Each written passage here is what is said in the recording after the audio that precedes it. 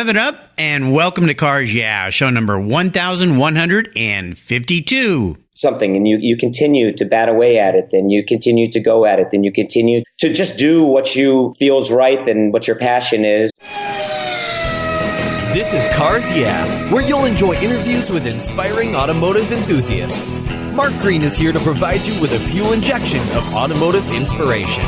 So get in, sit down, buckle up, and get ready for a wild ride here on Cars Yeah.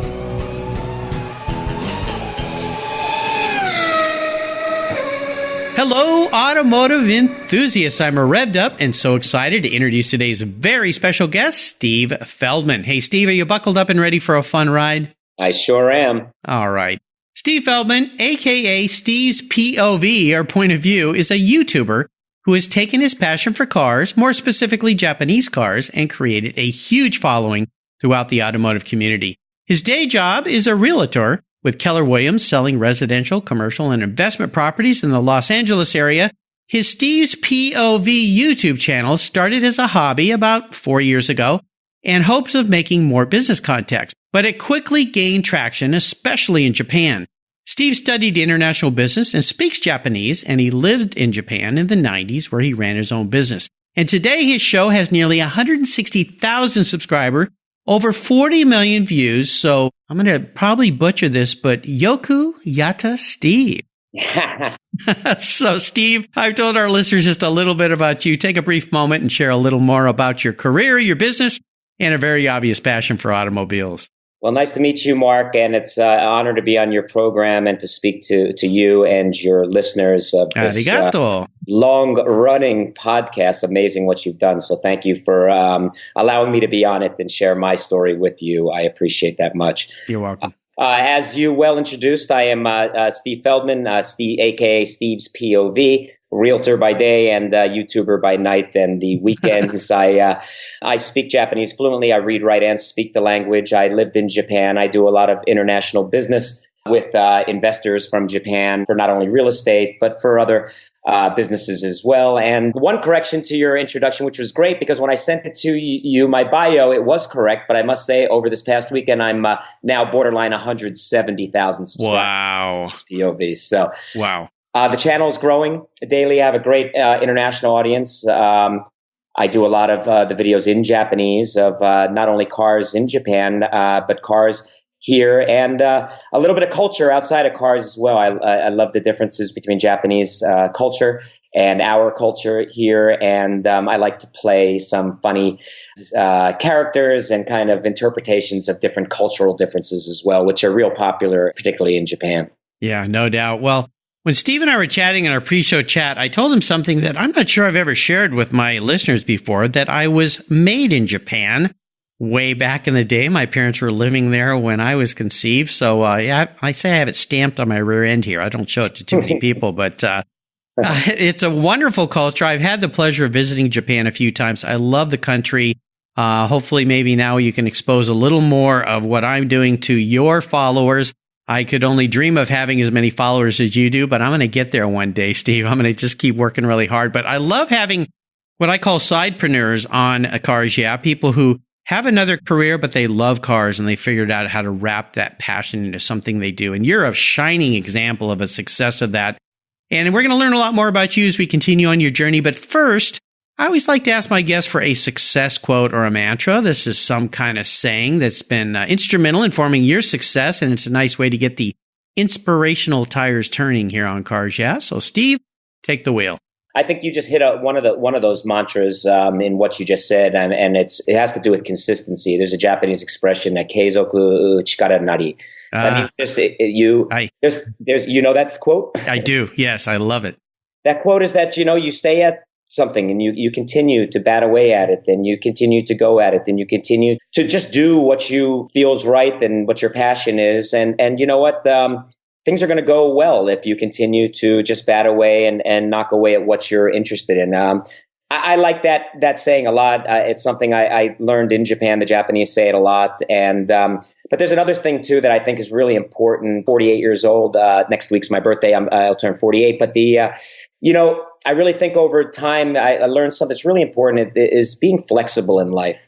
Flexibility. This is also a Japanese thing. They say as you get older, your head gets harder, like a rock, like a stone. It's not a sponge anymore. It doesn't absorb. And, once your head gets hard and you're set in your ways, you're not flexible anymore. You're stuck. And the world's changed just, from when I was young and we were growing up, Mark, probably yourself as well. We didn't have technologies we had today. If we're not flexible to be able to stay and adjust and move into new technologies and do different things like YouTube. I never thought at 45 years old I'd become somebody who gets off a plane in Japan and has people ask me for my autograph because I have a YouTube channel. It's crazy, but that was part of the flexibility that I needed to do at that point in my life to stimulate more business connections and to create a new brand for myself as to who I was and trying to network with new people. It's absolutely marvelous. And I'm going to try something again here. Bear with me. Otan jobio mere gozo aimasu? I totally butchered that. A little bit off on the pronunciation, perhaps, but omedetou gozaimasu. You congratulated me for something, I think. I was trying to wish you a happy birthday in Japanese, but I completely butchered it. Maybe you can say it properly. Otanjobi omedetou gozaimasu. Nicely done. You did a lot better than I do. Yeah, I may have been made in Japan, but that's about as far as my talents in Japanese go. But, I love that whole concept of kind of like the concept of Kaizen, of sharpening the saw and continuing to improve and everything. And, you're right, Steve. I think it's absolutely tremendous. I was at the Rennsport reunion a few weeks ago back where they had all the Porsches. And every time I go out and do something with what I keep doing here, putting these 5 shows out, I had so many people come up and go, "Hey, I listened to your show. I really appreciate it." And it just go, wow, I'm actually making an impact here. People are listening and enjoying it and learning things from it and being inspired. So, yeah, and you keep doing it. You're at that. I'm episode 1153. I think you said. Yes. Yeah. I mean, that's pretty impressive, man. I mean, to be doing that, you think about it in a lot of businesses. A lot of people don't last that long in what they're doing. That's the keizo chikara nari.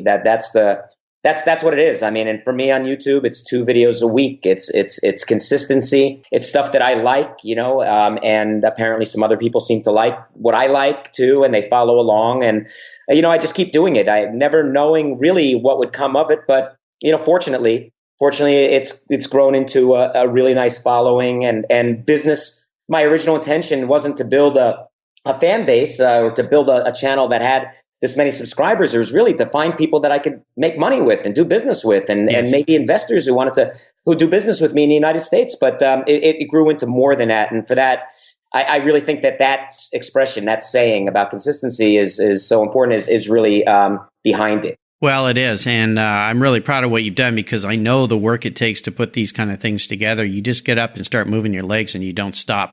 And you just do it day after day after day. And it's fun, though. And as you've experienced, you get to meet very interesting. Really. You never know where it's going to go. And, about 4 weeks ago, I hit 1 million listens or 1 million downloads on iTunes. And I'm like, whoa, I had to kind of just stop and go, holy cow, that's like a big number. There's a lot of YouTubers that have, way bigger numbers than that. But the fact that I've touched that many people over the last 4 years is pretty cool. So thank you for sharing that. Love that saying. Since I was made in Japan, I'm going to have you spell that out for me. I'm going to put it on my computer so I can look at it every day. And the next time we talk, I'm going to do a much better job of pronouncing my Japanese to you. No problem. Watch Steve's POV, and I bet you could pick up some pronunciation tips as well. I'm going to do more of that. Absolutely.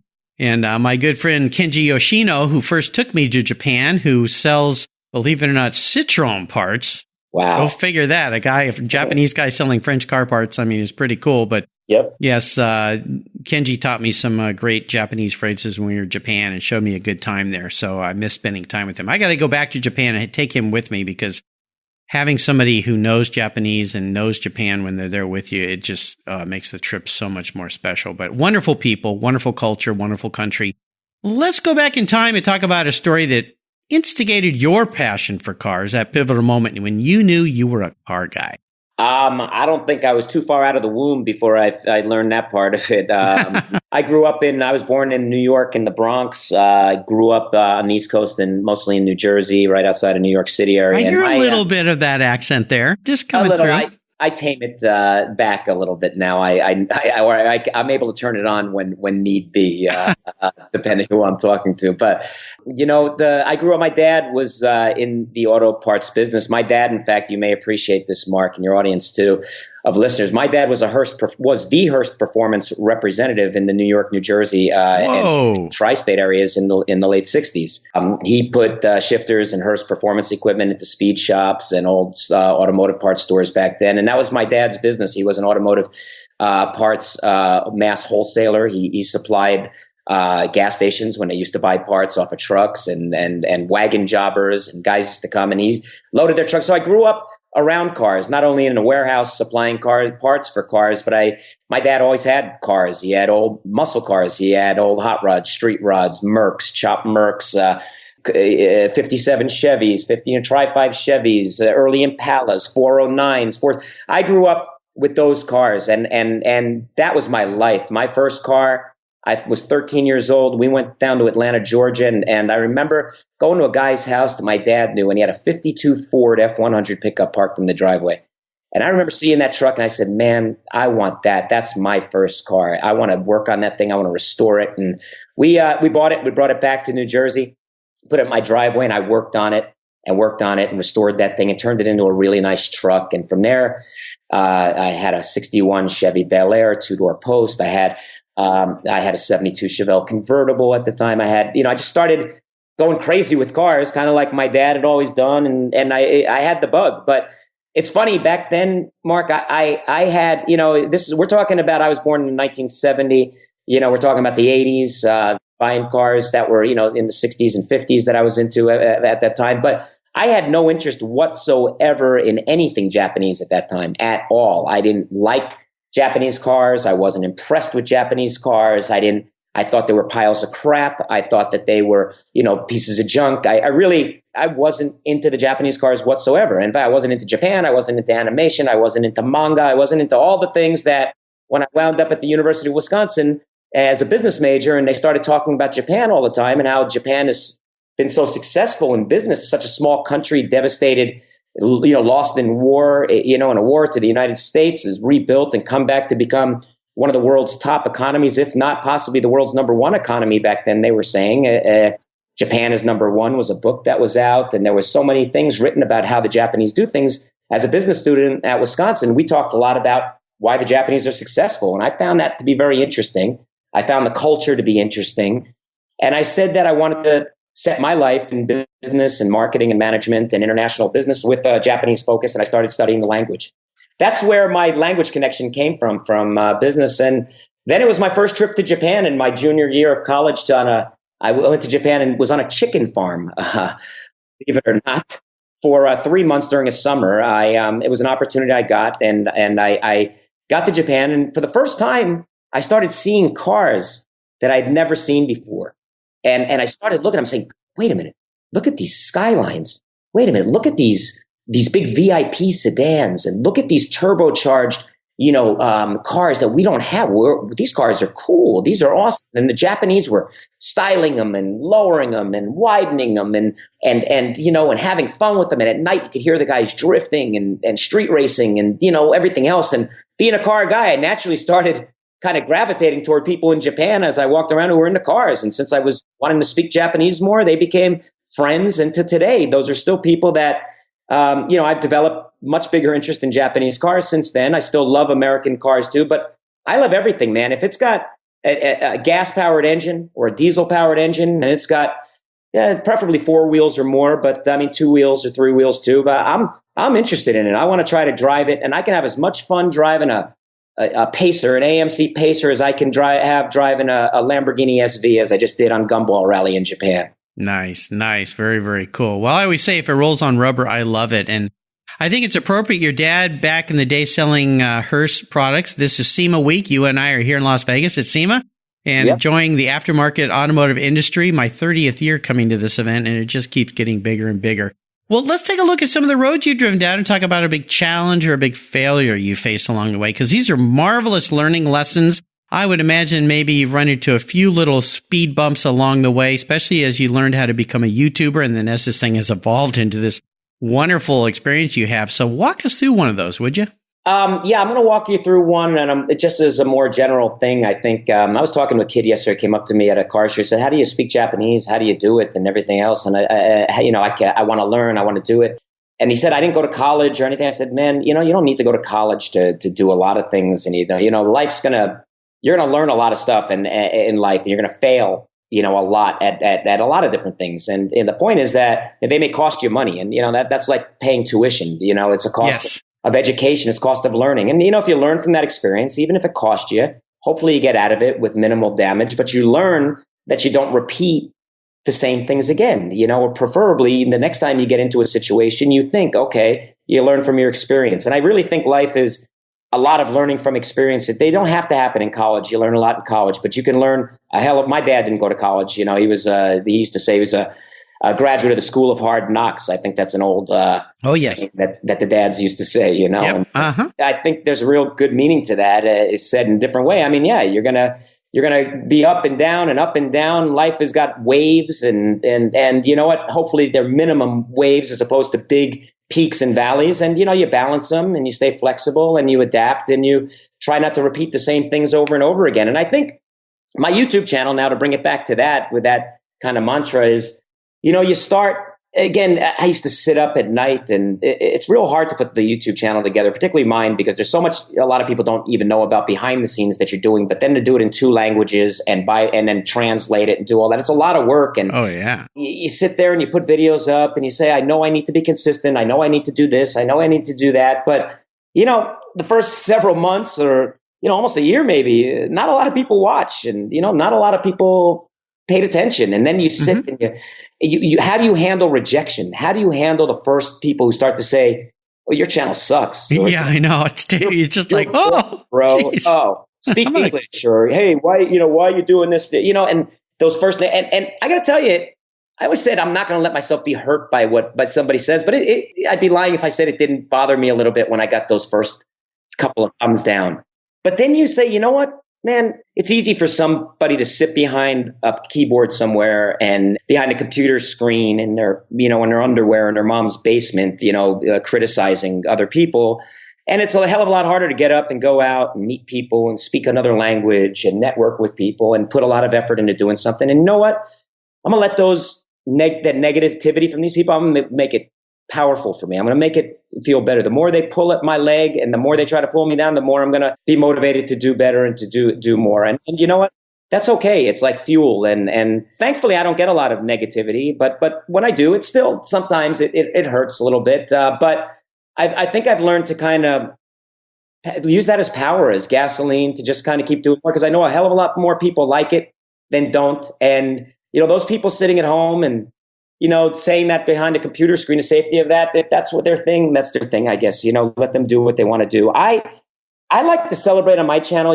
There's a lot of guys you go to these car shows and you got the beautiful hot rods and the cars that everybody's paying attention to. And then you got a couple of guys who are in the corner, off to the side, and they've got cars that are not recognized by a lot of people, or they're, they may not be clean and shiny. They may still be kind of partway through, partway done, but I like to go to guys like that, you know what I mean? And I feel for those guys, maybe more now that I do a channel, because, they got limited resources. Maybe they got limited money. Maybe they got, a wife who's not 100% on board with their passion, but they're doing the work themselves. They're pounding away. They're doing body work themselves. They're painting themselves. They're tuning themselves.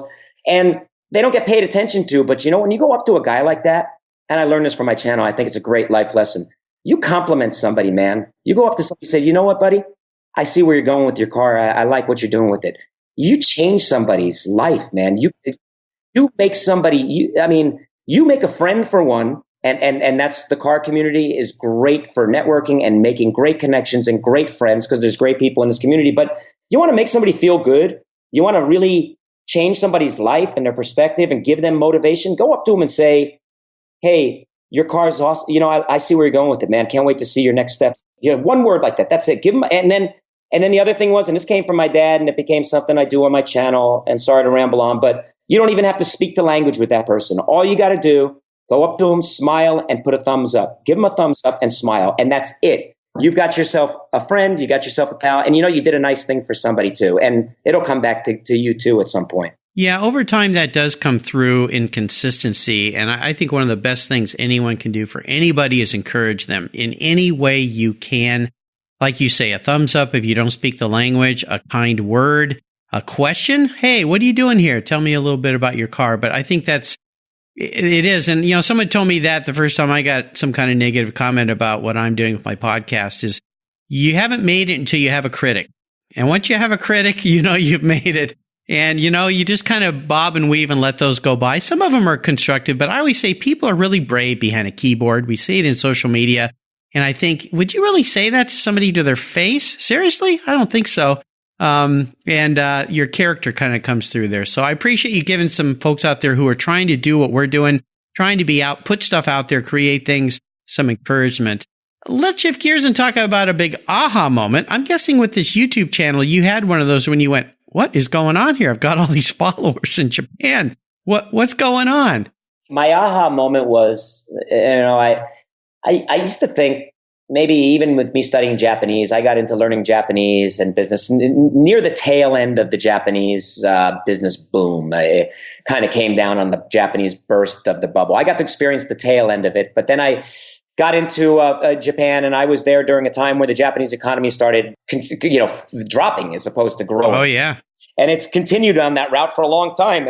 And then you look at China, and China's growing up, and I'm saying, God, I always feel like I'm either a little ahead of the curve or a little behind the curve. And then, but again, that consistency, let's stay consistent. So I start this Japanese YouTube channel, and I do most of the videos in Japanese with English subtitles. And I suffered by not getting as big of an American audience because of the fact, a lot of people just don't want to watch a guy speaking Japanese and read along as opposed to just listening to a guy speak English. I get it. But I said, what, that's me. That's who I am. This is what I do. This is my niche. It's unique. Nobody else is going to do it. And I'm just going to keep doing it. And I approached my channel, maybe it was 4, 5, 6 months old, and I had a trip planned to Japan, and I was thinking about what to do. And I reached out to a couple of bloggers in Japan. I wrote them, I said, hey, in Japanese, of course, and in polite, proper business etiquette Japanese. I wrote them a letter, and I said, hey, this is who I am. This is what I do. And I'm looking for some ideas when I'm in Japan for something that might be interesting content. And they wrote back right away, and they said, hey, we know your channel. We like it. And yeah, we'd love to help you. Check out these people. And they gave me a bunch of names. I then wrote those people directly and wrote very polite letters. And I said, I'm going to be in Japan at this time. I'm a YouTuber. This is my channel. And at that time, still a few years ago, and even now, the word YouTuber to a lot of people is like another world. It's something, it's something like, wow, oh my God, there's a wow factor to it. And the Japanese at that time were really wowed by that. They let me come in, and I filmed a video at that time with the guy. It's called Tokyo Midnight Lambo Run. What that video was, this is kind of an outlaw kind of character in Japan. His name is Morohoshi, and a lot of people think he's a thug, he's a gangster, he's a Yakuza mafioso in Japan. And I didn't really care what he was. I was going to approach him like I approach everybody, politely, and see what it is. And he wrote back right away, said, absolutely, come in, I want to meet you. Let's do some fun videos together. And we filmed the Tokyo Midnight Lambo Run, which is essentially, this guy has Lamborghinis, he has rare Diablos, he has rare Aventadors, he has very rare stuff. And all of his crew, all the guys around him, are a bunch of really rich guys who used to be little troublemakers in Japan when they were younger. Now they got a lot of money, and they're in their 40s, and they all got crazy Lamborghinis with LED lights, Godfather horns, strobe lights, wrap jobs that are hologram or reflective. The craziest cars you've ever seen. They look like spaceships, right? And he let me in, and he invited me, and we went out and did a shoot that night called Tokyo Midnight Lambo Run that I shot. And I came back and I edited it and I put it on, and the video went viral. It went absolutely crazy. It went to almost 2 million views in a short period of time. I grew a lot of subscribers from that. It went crazy. And then, I told you in the introduction, the other side of my channel was this comparison video thing. And I wanted to do something simple to show how I look at Japan and America as being different. Around the same time as that Tokyo Midnight Lambo came out, I sat down at a desk in my office and I played a 3-minute video. I did a 3-minute video where I was a Japanese salaryman, or Japanese businessman, as they call them, salaryman, and an American salesman, and the same guy, me, playing both characters. And it was kind of just a funny little highlight on the differences between mannerisms and things we do in the two countries. And that video went viral all of a sudden, too, on my channel. And now I started getting people outside of automotive stuff as well, started looking at the channel. And then I knew my aha minute was, you know what, this is my passion. This is what I do. I do videos in Japanese. It may cost me American subscribers. It may cost me, some people don't want to watch my channel, read along. But you know what? I'm the only guy doing anything like this. And I'm going to keep with what I'm doing and just keep going. And that was it. You know, that was when I really realized just be polite, be respectful, make your channel, you know, a G-rated or PG-rated channel. You know, there's a lot of young kids watching. They're very influenced by stuff. If I do that and do what I like, I think, you know, a lot of people will kind of come along for the journey. And that's what's happened so far. Subarashi. Yes. I like it. I like it. Yeah, very nicely done. I'm going to slip a few of those in here. We'll see how I do here. You could be my Japanese coach. You touched base on that Ford truck you had, first special car. Is that really the first special car you had, or is there something else that stands out? I got to tell you that I think, you know, that was my first special car. And then maybe more special with that was that second car I bought, that 61 Chevy two-door sedan, the Bel Air. Mm-hmm. And the reason why was my dad, and I speak about my dad a lot, he passed a year and a half ago. And you know, again, he was in automotive, since we're talking mostly automotive stuff. He was my influence in that. You know, the 61 Chevy two-door sedan, the Bel Air, why I got that car is because when my dad was a kid growing up in the Bronx, and racing on Pelham Parkway and between the connecting highways, they called the area. It was a quarter-mile strip there. He was racing in a car that he called the Deadly Dudley. And the Deadly Dudley Deadly Dudley was a 61 Chevy Bel Air two-door sedan, a postcard. It's a unique car because I don't know if you can picture it, Mark, but it has that roof that hangs over the back window. The window. Oh, yeah. Yeah, classic. Very classic, you know, muscle car, hot rod type of look. And I didn't have a 409 in mine. I think he had a 409 in his, but mine was I ran a small block Chevy in mine with a 4-speed. And it was, you know, reminded me, I painted it like he had it back in the day and did it. So that car was really special, and it still is. But I think now, where I'm at in my life now, the most special car to me has become, I sent you a picture of it. It's my 1971 Nissan Skyline right-hand drive. Yeah, I'll put that up on Steve's show notes page on the Cars Yeah website so you listeners can see what we're talking about. Yeah, it's a unique car. It was never for sale in the United States. And it's one of those cars that when I got to Japan, Mark, I was like, dude, I mean, you said if it's got rubber and 4 wheels and it's on the road and you're a car guy, no matter what it is, I mean, when you see something cool, it's cool. And when I saw that car in Japan for the first time when I went there, I said, that is a cool car. And, you know, I can't say that time I said one day I'm going to own one, but it was always a car I said, man, I want one of those. And I bought one when I was living in Japan back in the 90s. I bought one. And in business and this and that, you know how it is. I got to a situation I had to sell it.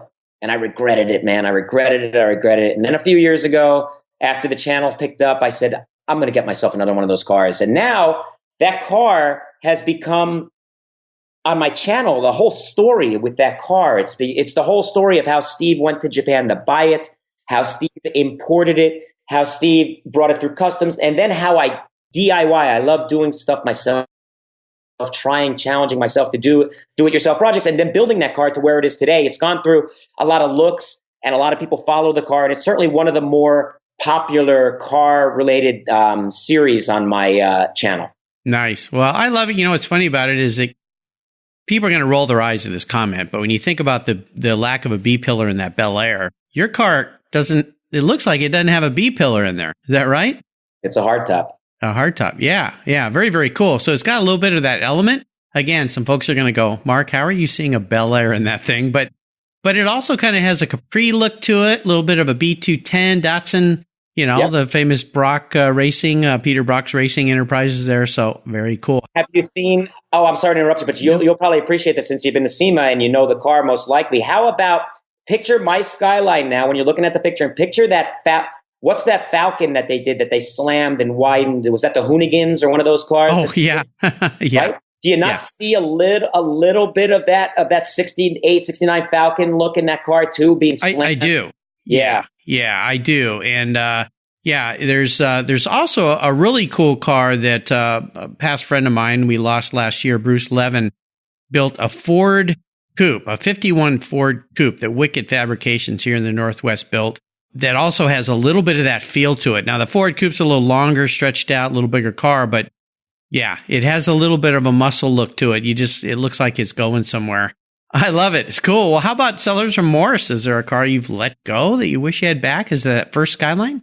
Yeah, but I've replaced it now, so it's not a regret on that. I guess, for the nostalgic reasons, I could see myself wanting that 61 Bel Air again. I got this thing for station wagons. I really like station wagons. I do too. I had a 59 Chevy wagon. I mean, I thought that was a super cool car.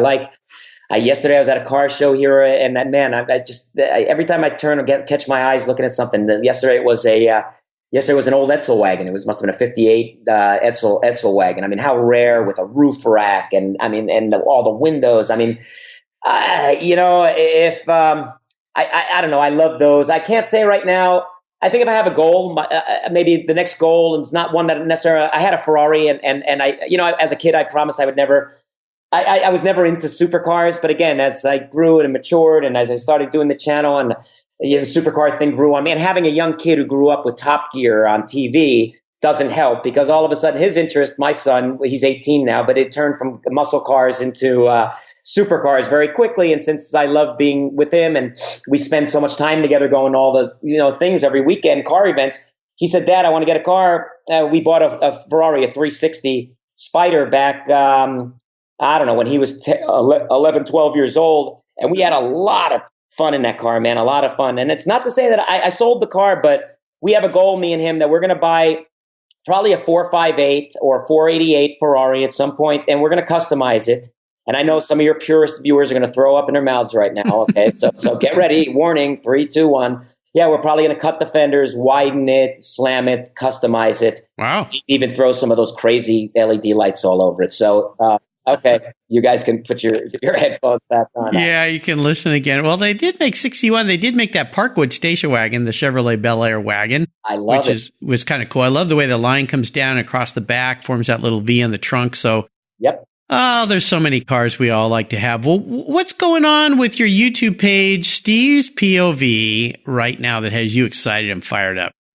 Well, what has me excited and fired up is, two things. One, this past weekend, and the reason I had to correct you is because I know I just emailed you a day or so ago, a couple of days ago, but with my bio. But since then, some of those cultural comparison videos, USA versus Japan videos, the Japanese salaryman salesman videos have gone viral in Japan. Mm-hmm. And I actually had my best day ever on YouTube 2-3 days ago. I got about 6,000 new subscribers in one day. Wow. Holy cow. Oh, my goodness. So that was great. But on the car front, my Skyline, it's not going to be for everyone. I get it. But I wanted to change the look of the car recently. And it was red and black for the last 3 or 4 years. And I recently was approached by a famous designer here who, and he knew I was thinking about doing some changes to it. And I wanted to give the car a new look. And this is where I came up with this fighter jet. Yeah, fighter design, the Zero Fighter. It's a World War II Japanese kind of fighter. Plain look. It's certainly not exact or whatever, but I like that weathered look, and I wanted to give it a kind of a very pure kind of Japanese unique look that other people don't have, and I changed it. And since then, the car has really taken off. I've got the views on the videos went crazy, and I've gotten approached now by a couple of different magazines who are coming out tomorrow who are going to take pictures of it. So it's really the new look. There's a lot of hype behind it, and it's got me pretty excited. Well, it's really cool. And I'll remind listeners, I'll go to Cars Yeah website, type in Steve Feldman, and you'll see a picture of this car. It's really cool. I love the way they did the creativeness of it. Yeah, old school, looks like a fighter that's been through a lot of battles. So yep. I love it. I love everything about it. Well, Steve, if you woke up tomorrow and you were a car sitting in your garage, what would you be and why? Oh, man. I guess I'm going to be an older car. I'm going to be a Lamborghini Diablo GT. Oh, okay. You threw me for a loop there. I'm surprised. Yeah, I don't know why that came to the tip of my mind just now, but I'm going to tell you, I think it's because one, I'm not slowing down. I want to move quickly, as Lamborghini is capable of doing. Lamborghini is like a bull. It's charging. I Moving forward, it's old school. I'm not a young guy. I'm an older guy, but I want to kind of, a Diablo is still hip today. It's not an old car that's not hip. Kids still love it. And I want to be somebody who kind of talk to young people, to old people, be cool on different levels, but be me. I mean, and I don't know. I don't know why that car came to mind. It's a car my son and I talked about buying one day too, and maybe that's why. It's something that me and him could enjoy a lot. I think so. Very cool. By the way, Steve, you are a young guy. Just from my side of the fence, you're a young guy, so don't worry about that. You're having fun. In the YouTube world, though, it's a different world, man. You look at the guys who are successful on YouTube; they're in their teens and 20s. I know. It's a younger world, so I feel like the older voice in that world. But I like that. That's a challenge, and it's fun, and it motivates me to just do what I do. You've hit your mark, I think, very nicely. Well, up next is the last lap, but before we put the pedal to the metal, let's say thank you to today's Cars Yeah sponsors. Do you know the best way to protect your vehicle, both the exterior and the interior, is with a car cover? I've been using Covercraft car covers since 1975. That's right, 1975. It's a fast, easy, and inexpensive way to keep your vehicle looking new. Covercraft has been manufacturing premium quality exterior and interior covers for over 50 years with a stellar reputation for durability and design. They're the world's largest manufacturer of custom patterned vehicle covers that are crafted to fit over 80,000 patterns and growing. They are the only cover I'll put on my vehicles. You can choose from a wide variety of fabrics, styles, colors, and more. From full cover designs for factory to custom-made vehicles, plus convertible top covers, trucks, truck cab coolers, motorcycles, scooters, ATVs, trailers, campers, personal watercraft, and a wide variety of custom features. Covercraft is the right choice. Learn more today at covercraft.com and tell them Mark sent you. That's covercraft.com. What's every automotive enthusiast's dream? To design and build that perfect garage.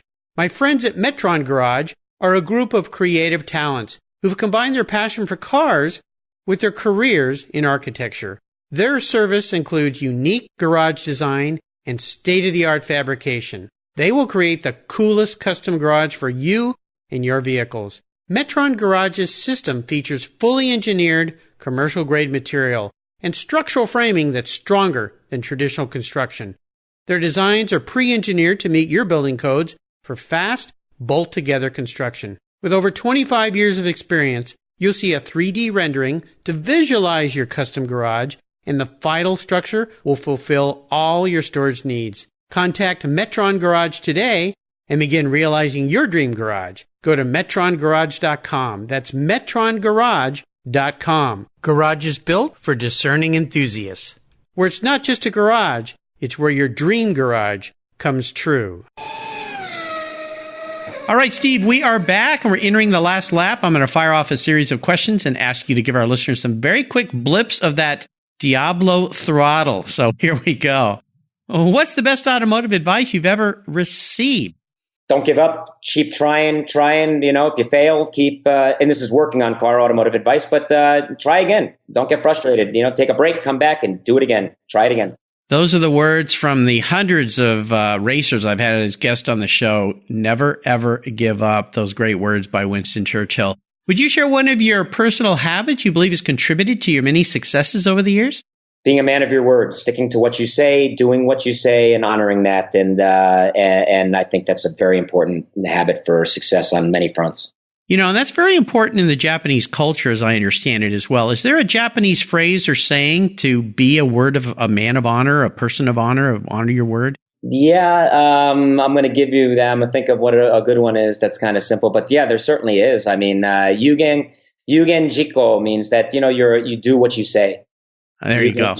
So, I mean, that's just simple. It's called Yoji Jukugo. It's a four kanji put together that has a lot of meaning in four little characters. And basically do as you say you're going to do. That's it. Yep. Yeah. Be a man or woman of your word. Do you have a resource that you think our listeners would really enjoy? I kind of think I know of one. I think I know of one too. That would be Steve's POV on YouTube. Yes. If you're motivated to learn another language, if you're motivated to learn about another culture, if you just like cool cars and stuff, and if you're motivated to say you're not too old to learn something new, if I can do it, take a look at me. I am not Japanese, not even an ounce. And this is just a passion that I have. If you got a passion, do it. Don't copy anybody. Do your own. Do what you love and what you like, and just stay at it. Consistency, and who knows what the possibilities are. So a kid from the Bronx, how would I say the Bronx? I gotta say it for me. Say it the right way. The Bronx. Yeah. But say it with the accent. That's what I want to hear. I'm just another guy who grew up in the Bronx. The Bronx. Yeah. The Bronx. Yeah. Speaking Japanese. There you go. You can do anything you want in this life. If I could wave a magic wand and arrange for you to sit down and have a drink with anyone in the automotive industry, living or deceased, who would it be? I guess I'd like to go back and sit with Henry Ford. Yeah. That'd be something.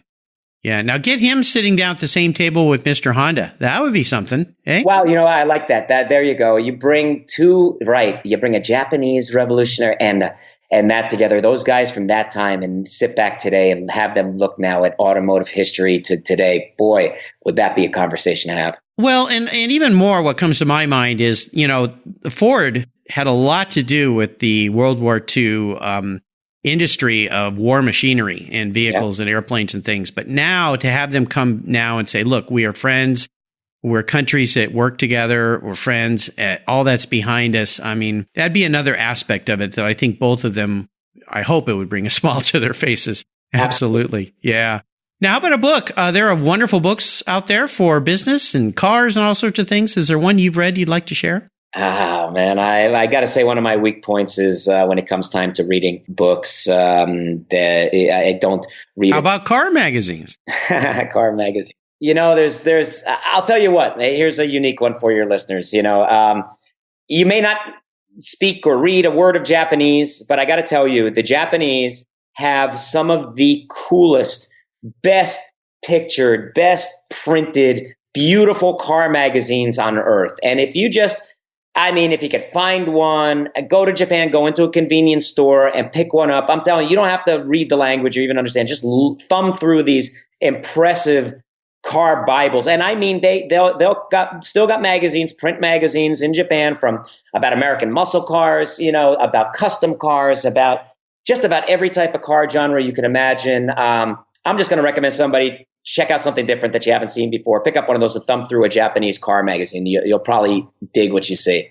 Yeah, they are really cool. I used to do business in Japan, and I imported a lot of products back when I was working at Griot's Garage, way back before the dollar kind of crushed the Japanese yen and everything changed, that time period. But there was a car magazine we were involved with called Car Magazine that did a really great job, still exists today. And they came out here and did a story of my wife and I in our garage because they covered a lot of car. And there was also, I think, Car Graphic. I think might have been. Car Graphics is a huge, unbelievable. Yeah, great people to work with, wonderful magazines. I couldn't understand anything that was written in them, but I really enjoyed the pictures. I thought that was really great. Well, listeners, you can find links to all these great things Steve has shared with us on his Cars Yeah show notes page. Just go to carsyeah.com, type in Steve Feldman, and that will pop right up. All right, Steve, we're up to the checkered flag, and this last question can be a bit of a doozy. Today is your lucky day because I'm going to buy you any car on the planet, any collector car you'd like to have. It could even be a modern car, but this is going to be a toy car, and there's a couple rules to this game. You can't sell it to buy a bunch of other toys with. Money is no object, and you have to drive it. No garage queens allowed. I want you out there enjoying this thing. So what can I buy you? All right, so we're going to go back farther. This is, I think this would be Japanese roots, I guess now. I'll go to some of my Japanese roots. I gave you Italian before with the Lamborghini. Now I'm going to go with so the next generation of my Japanese Skyline becomes a car that's called the Ken and Mary. They used a couple of blonde kids named Ken and Mary to create a car after my generation Skyline. And I guess I would really like to have a 1974, 75, I believe is the years they started, a Japanese Skyline Ken Mary GTR. Oh, okay. Now that's a car I'm not familiar with. I'm going to have to look this up. Ken, and with various different spellings depending how they do it. But you can put in Nissan Skyline Ken and Mary like Ken and Mary, or just put in Ken Mary, Kenmeri is one word, and you'll see this car. And it's a early Skyline. It's very rare. It's very collectible. And it would definitely be something that I would put in my garage to continue what seems to be a bit of a Nissan infinity that the love that I seem to have. I love all cars, but it seems to be, I got a lot of Nissans right now in my garage. And that would be one I'd love to add to the collection. All right. Happy to do that for you. Well, Steve, you've taken me on a great ride today. Arigato for doing that. I've really enjoyed your stories. I want to thank you for sharing your journey. Would you offer us one little parting piece of wisdom or guidance before you rip off into the sunset in that 74 Ken and Mary Skyline GTR? Find something you like, follow your passion. Don't try to be somebody else, because you're not. You're you. Do what you like, if it's whatever it is. And even if people don't think it's something that's worthwhile, well, do it. And one last thing I'm going to say, whether it be YouTube or whatever it is you start, don't start with the thought that this is definitely going to be successful. It's going to be just take it easy, do what you like, be consistent, do it. And you know what? Before you know it, good things start to happen. But they take time. Everything takes time. It doesn't happen overnight. So that's why the consistency is important. And follow your passion. Yep, absolutely. Great words of advice. What are all the different ways people can follow along with Steve's point of view, Steve's POV? It is Steve's POV on YouTube. I am also on Instagram, not nearly as big as YouTube is, but Instagram, Twitter, Facebook as well. I am available on all those social media platforms, but YouTube is certainly the best way to stay up to date with me. I have new releases every week, 2 new releases on Tuesday at 3 p.m. Pacific, and also on Friday at 3 p.m. Pacific are my times that I release new videos weekly consistently.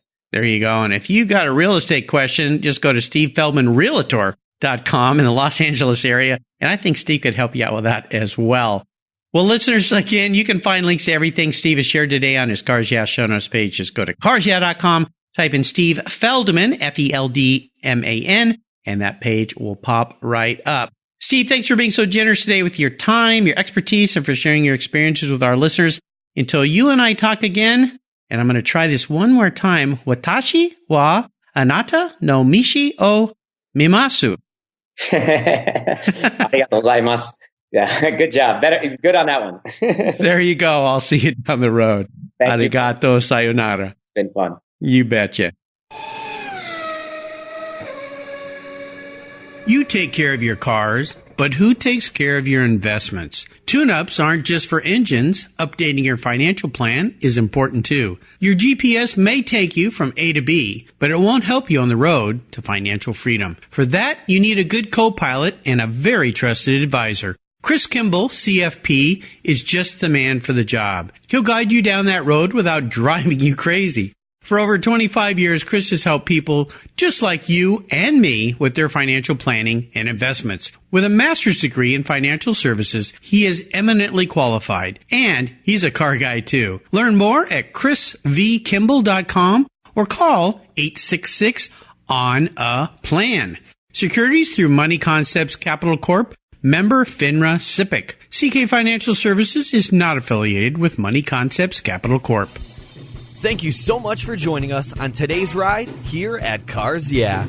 Drive on over to carsyeah.com to find show notes and inspiring automotive fun.